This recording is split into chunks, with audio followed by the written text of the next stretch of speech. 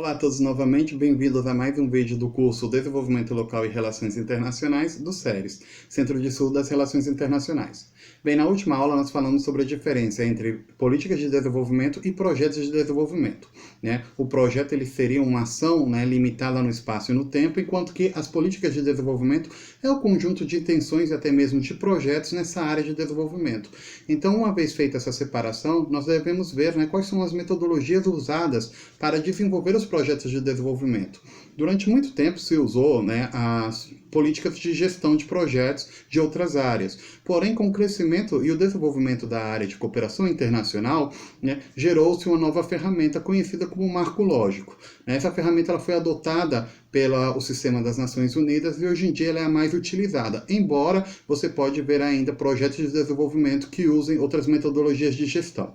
Quando a gente sempre fala de projetos, a gente sempre pensa nos tipos de metodologias que existem, nas pesquisas, tipos de pesquisas que existem, e os métodos que são aplicados. A gente sempre busca, dentro da área de desenvolvimento e da área de projetos de desenvolvimento, buscar aqueles que façam, que tenham um maior reflexo na realidade e que possam ser quantificáveis dentro da realidade, dentro do aspecto do real. Porque nós vemos que existe diferentes interpretações do que é desenvolvimento, diferentes bases de quantificar esse, de como colocar ele dentro de um ranking, etc. Então, logicamente, quando nós falamos de projeto de desenvolvimento, a gente vai buscar uma aplicação real daquilo. Por isso o marco lógico ele é tão importante. O marco lógico ele se estabelece em 4 principais bases. Você tem uma etapa de evolução do próprio projeto, da problemática em si, na qual você faz um estudo, um levantamento. Daí é importante os tipos de pesquisas que existem. Vamos lembrar algumas delas. Você tem, entre as pesquisas, o método experimental, você tem a exploratória, você tem a pesquisa social etnográfica, você tem também a descritiva, a bibliográfica, ou seja, para eu começar um projeto de desenvolvimento, eu devo conhecer, avaliar, a realidade do que compõe aquela problemática. Então eu tenho essa etapa de avaliação que é fundamental para eu poder desenvolver o projeto. Depois eu tenho uma etapa de identificação. Nessa etapa de identificação, eu não só vou ver o histórico e o contexto geral, mas sim, dentro desse contexto geral, algumas incidências muito pontuais, as quais eu quero, identifico aquilo como os problemas que eu devo solucionar. Depois eu tenho uma etapa de desenho e formulação do projeto, essa sem dúvidas é fundamental. E por último, a sua execução e o seu segmento. Ou seja, vamos lembrar que o projeto, ele não é somente a implementação dele ou somente o desenho dele. Ele leva uma etapa anterior, que é a etapa de avaliação, depois você tem a etapa de identificação e só depois você tem uma etapa que você desenha o projeto, executa ele e faz um segmento. Porque é importante você fazer o segmento de um projeto. Todo projeto ele deve ter uma série de resultados. Esses resultados eles devem ser quantificáveis. Então nós temos aí entre o material que eu disponibilizei no site, nós temos uma parte dos projetos de desenvolvimento que é de fundamental interesse, que é a parte de matriz de planificação.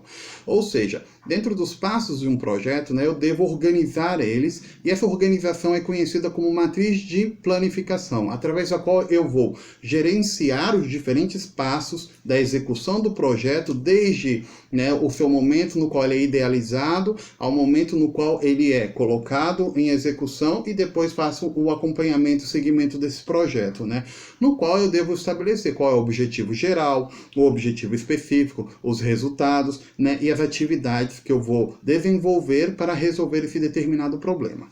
Ou seja, o que nós podemos ver é que dentro dos projetos de desenvolvimento existe a necessidade de uma planificação do mesmo, Ou seja, muitas vezes as pessoas confundem a política de desenvolvimento com um projeto de desenvolvimento, Daí que dentro das ferramentas do marco lógico, nós utilizamos uma ferramenta que é muito precisa, chamada árvore de problemas. A árvore de problemas é o que ela faz. Ela, através de um diálogo com os que estão implicados com os atores, no caso de desenvolvimento local, atores locais, ela faz um levantamento de todas as questões, de todas as problemáticas e quais são as possíveis soluções. E através dessa árvore nós trabalhamos, ou seja, essa é a parte de identificação, nós trabalhamos aí para desenvolver e desenhar as melhores ferramentas. Por que isso?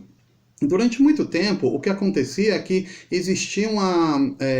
lógico, você tinha uma problemática, você desenvolvia uma política, porém faltavam ferramentas, né, para aplicar, né, essa política na realidade. E também faltavam ferramentas na qual você poderia quantificar o impacto dessas políticas dentro da realidade, né? E como nós vemos que cada município é um mundo, e aí cada projeto é um mundo, então eu posso ter um objetivo geral, né, e depois pequenos objetivos, os quais vão me levar à consecução desse objetivo geral, porque é muito fácil falar, por exemplo, que vamos acabar com a fome, né? Porém, a gente tem que saber como a gente vai conseguir isso, né? Qual é o objetivo, como a gente vai conseguir. A gente sabe que tem um objetivo geral, que é a fome, nós temos que acabar com a fome, porém a gente tem que ver como se fragmenta esse problema, né? Nós temos que desfragmentar essa realidade e ver quais são os diferentes espectros, as diferentes dimensões que levam até esse problema. Então, a árvore de problemas é muito interessante porque ela, a diferença das políticas que começam de cima para baixo, essa, na verdade, a árvore de problemas, ela começa de baixo para cima. Ou seja, eu começo a identificar, né, pequenos fatores que me levam até o problema geral, né? E, logicamente, isso facilita na hora de desenvolver projetos e de buscar soluções, porque eu busco. Então, vamos colocar um exemplo. Eu tenho, por exemplo, no caso de um município brasileiro, eu tenho um pequeno município que tem um grande problema de trabalho. Então, eu vou fazer um projeto de desenvolvimento, né, para essa população que precisa, né, desempregada, que precisa de emprego.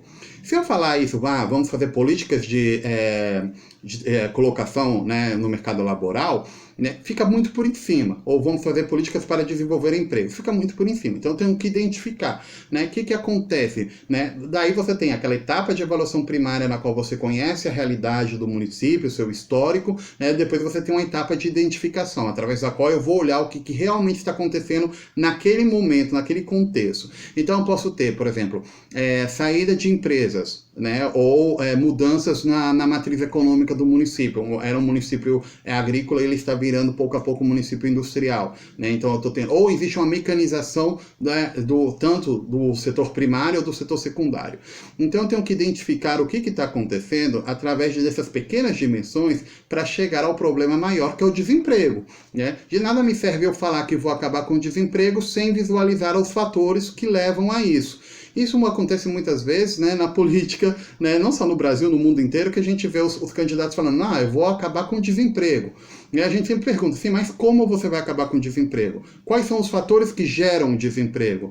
Falta de formação, transformações dentro das cadeias produtivas, falta de pessoas formadas nas áreas na qual existe demanda, falta de projetos de investimento. Quais são os motivos? Somente quando eu conheço os motivos, eu posso, né, verificar a forma, né, de trabalhar e promover ali o desenvolvimento, que é nada mais e nada menos do que isso. Então nós veremos ao longo do material, né, e dentro do marco lógico, como se organiza e se planifica uma gestão de um projeto e através da qual a gente vai começar a trabalhar com o nosso projeto. Então a primeira coisa que nós devemos fazer é identificar um município do Brasil, né, identificar uma necessidade, né? Essa necessidade vai ser o objetivo geral, porém a gente vai ter que desfragmentar ela e ver quais são os fatores que causam essa realidade e a partir disso desenvolver projetos. Então a gente vai ver que o projeto de desenvolvimento e também a área de cooperação internacional, ela hoje em dia ela é muito mais desfragmentada do que antigamente, ou seja, não é só aquele objetivo que virava papel molhado, né? A gente tinha aquele grande objetivo da humanidade de vamos acabar com a fome no mundo. Tá, beleza, mas existem muitos fatores que geram a fome no mundo, né? Não é o mesmo a fome que existe no Brasil, um grande país produtor de alimentos, que a fome que existe, por exemplo, em países que estão na área do deserto do Saara, onde não existe uma produção o suficiente como para cobrir a demanda, né, daquela população. Então, como eles viram que existem essas dificuldades e essas diferentes dimensões dentro da realidade, sem dúvida aí é muito importante você fragmentar a problemática e de forma localizada você resolver esses problemas. Né? Então, quando uma vez que eu tenho um objetivo geral, eu tenho que ter ali outros objetivos, né, pequenos, menores, localizados aos secundários, até mesmo aos terciários, que resolvendo essas problemáticas, eu vou aos poucos conseguir eliminar o problema central. Então a gente vai ver que dentro dos projetos de desenvolvimento houve essa desfragmentação, e dentro da ação das agências internacionais houve essa desfragmentação, né, e se transformou as problemáticas em problemáticas setoriais, sendo uma forma muito mais viável de conseguir gerar projetos e conseguir resultados.